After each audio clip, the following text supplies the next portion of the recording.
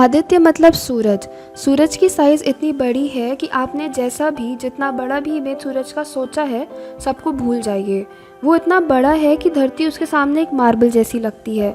In fact जो बड़े planets हैं लाइक जुपिटर और सैटर्न, वो भी बहुत छोटे नज़र आते हैं। अब सूरज को स्टडी करने के लिए इसरो ने लॉन्च किया है आदित्य L1, भारत का पहला स्पेस मिशन जो सन को स्टडी करेगा। चंद्रयान के सक्सेस के बाद चांद के बाद अब सूरज की स्टडी की जाएगी। अर्थ पर जो भी लाइफ है वो डायरेक्टली सूरज से ही आती है। जो हम खाना खाते हैं, जिससे हमें एनर्जी मिल रही है, जिसके थ्रू हम जिंदा हैं, अगर सूरज ना हो तो हमें ये सब नहीं मिलेगा। पॉजिटिव के साथ हर चीज़ का एक नेगेटिव साइड भी होता है। सूरज के भी कुछ रिस्क हैं जिसके बारे में हमें पता होना चाहिए। सूरज से अल्ट्रावायलेट रेज और ऐसे कई सोलर फ्लेयर्स निकलते हैं, रेडिएशंस निकलती हैं जो कि बहुत डेंजरस हैं। सन से जो रेज निकलती हैं वो cosmic rays, gamma rays, X rays, UV rays, infrared rays, microwaves और रेडियो वेव्स। ये जितनी तरह की रेज हैं वो सन एब्जॉर्ब भी करता है अपनी तरफ और दूसरी तरफ रेडिएट भी करता है। कई बार ऐसा होता है कि जो सैटेलाइट्स अर्थ का ऑर्बिट करती हैं वो कभी कभी सन की रेज के चलते पीरियोडिकली डैमेज हो जाती हैं और कुछ तो कम्प्लीटली परमानेंटली डैमेज हो जाती हैं और बस स्पेस डेब्रिस बनकर रह जाती हैं।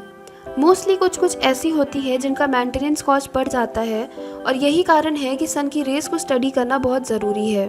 और ये जो आदित्य L1 है वो सन के इसी चीज़ को स्टडी करेगा। सन की जितनी भी लेयर्स हैं उनको स्टडी करेगा और सबसे आउटर मोस्ट लेयर कोरोना, उसको भी ये स्टडी करेगा। आदित्य L1 में एक पार्टिकल डिटेक्टर भी लगा है। यदि सन से आ रहे कोई भी पार्टिकल, अगर कोई नोबल पार्टिकल है जो कि साइंस ने आज तक नहीं देखे हैं, जो कि पॉसिबिलिटी है क्योंकि साइंस को सब कुछ नहीं पता है, तो ऐसा कोई नया पार्टिकल अगर एमिट हो रहा है सन से या यूनिवर्स की किसी भी तरफ से, तो आदित्य L1 उसे भी स्टडी करेगा। आदित्य L1 को लगभग 127 दिन लगेंगे अपने डेस्टिनेशन में पहुंचने के लिए, यानी लैग्रेंज पॉइंट 1 तक पहुंचने के लिए।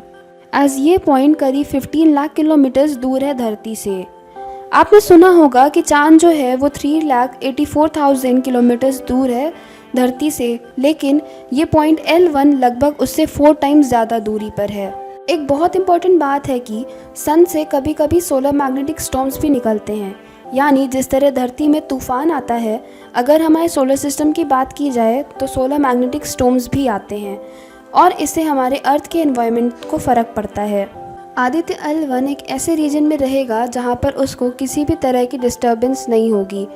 वहाँ से वो कॉन्टीन्यूसली सन को देखेगा और सन को स्टडी करेगा।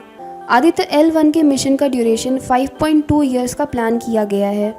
सन का जो मैग्नेटिक स्टॉर्म है वो बहुत खतरनाक होता है, उससे स्पेसक्राफ्ट भी डैमेज हो सकती है। अब इसके स्टडी की बात करें तो सन का जो रेडिएशन है या फिर जो भी चीज़ें सन से निकलती हैं धरती के तरफ, वो धरती के डायनेमिक्स को, धरती के एटमॉस्फेयर को शॉर्ट टर्म और लॉन्ग टर्म में कैसे अफेक्ट करती हैं, इसकी अंडरस्टैंडिंग ना अभी नासा को है, ना यूक्रेन स्पेस एजेंसी को है और ना ही किसी साइंटिस्ट को।